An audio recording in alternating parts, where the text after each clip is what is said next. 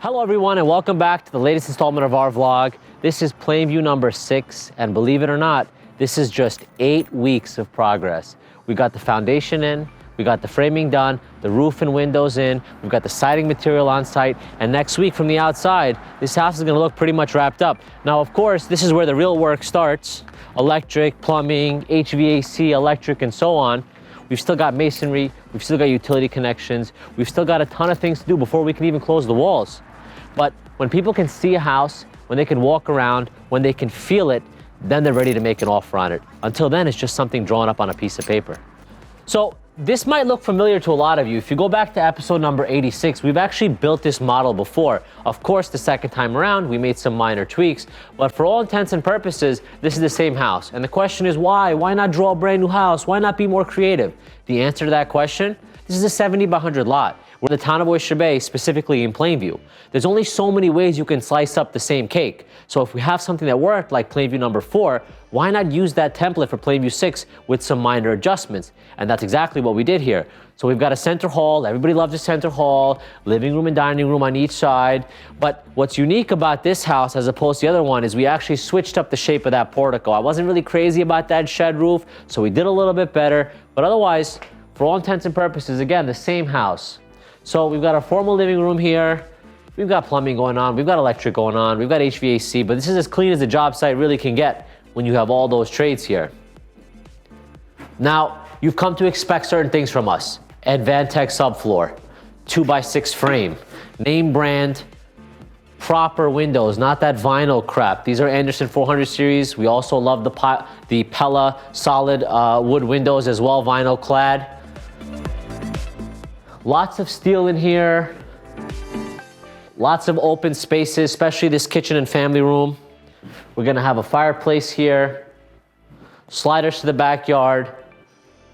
This is really where most of the entertaining, most of the hanging out's gonna happen. We're gonna do a U-shaped kitchen with an island in the middle. Look at how clean this job site is. I had the guys come and clean up just for you folks yesterday.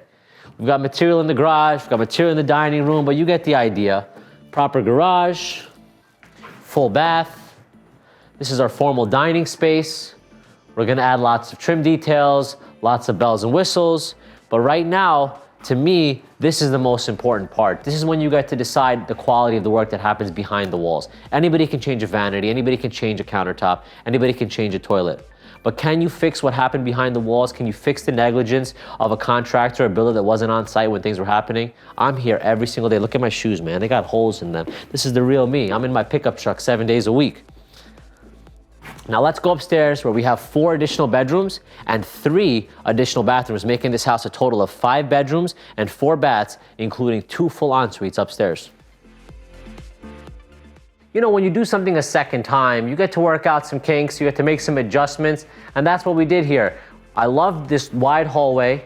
I love the way the primary suite was laid out. We're gonna go there last. We've got a huge shared bath, but here I made some minor adjustments. I made the laundry a little deeper and wider, so we didn't have to go stackable. These bedrooms retain their normal generous size. This is a nice size bedroom, 11 by 14 here, maybe even a little bit bigger. This one's a full ensuite. And I felt like that last one, the bathroom was a little bit tight. We've got to switch this door around, so don't judge me. But this vanity was a little bit tight, so we did a little bit bigger vanity, custom tiled walk-in shower, walk-in closet.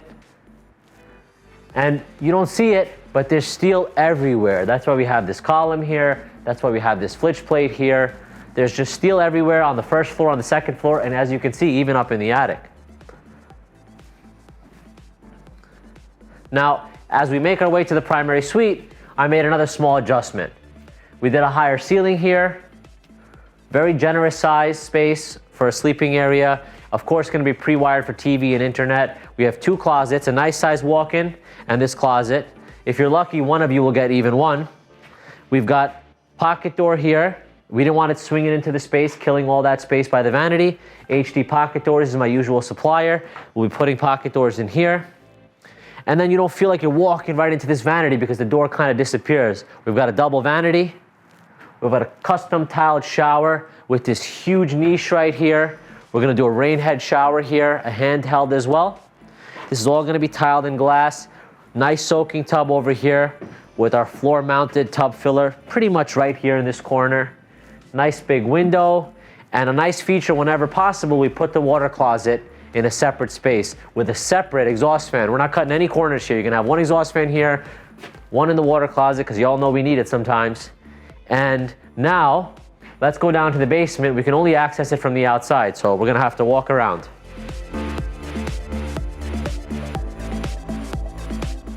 We actually didn't even have steps here yesterday. Otherwise, without having poured these, we would not have been able to even go down to the basement.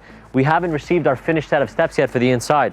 Now, being that this is a 70 by 100, and this was a subdivision, we actually did all our fencing already. That's the rental house behind. And if you go back in some of our earlier episodes, you'll see exactly how this subdivision went down. This was actually one huge property with that 1940s farmhouse and just a 2-car garage back here. We got lucky. We were able to get the deal done, do the subdivision, and just to give you an idea, please go back. I'll share more about the process in those earlier episodes, but it took us about a year coast to coast to get all the permissions to get this actually divided. But as soon as we got that last permit, we've been flying ever since. Once again, 8 weeks in the winter time. Thank God we've had some great weather, because that's probably a record time for us so far. We had about 2 inches of rain one night last week, and this was a slip and slide. It was a mess, absolute mess. But this is part of construction. We can't control anything. There's no gutters, there's no steps, there's no back door. So of course we ran into some issues with the heavy rain. No more. We've got a drain, we've got steps, and we're gonna put a door here tomorrow. A brand new 1,500 square foot blank slate, ready for you to finish whenever the time is right for you and your family. Now let's go outside so I can point out just a few more important details. Before we wrap up, I want to say, if you are looking to get into Plainview, then it doesn't get better than this. Syosset's right there, Hicksell's right there, Woodbury Road, South Oyster Bay Road, LIE, Northern State. Now let's get into the good stuff. Trader Joe's, Starbucks, French Workshop, ShopRite, the car wash, the post office, Bagel Boss, Staples, you name it. 2 banks, 3 coffee shops, whatever you need is all within walking distance of right here. Stratford Elementary, literally right down the road. You can get into a 10 out of 10 elementary school, be walking distance to everything you need, right by the highway, and get to pick from even more than 1 train station for your morning commute. It doesn't get better than this location. You can come in today, you can customize all your finishes, you can speak to people that have bought homes from us before completion. I know it's a big leap of faith, but you're gonna get to pick all your finishes, and you're gonna get in before the summer starts. So please, don't hesitate to contact me. If you want to reach me directly, @Pinnacle Real Estate is my handle on Instagram. 516-467-6445 is my phone number. Thank you so much for taking the time to watch this episode, and have a great day, everyone.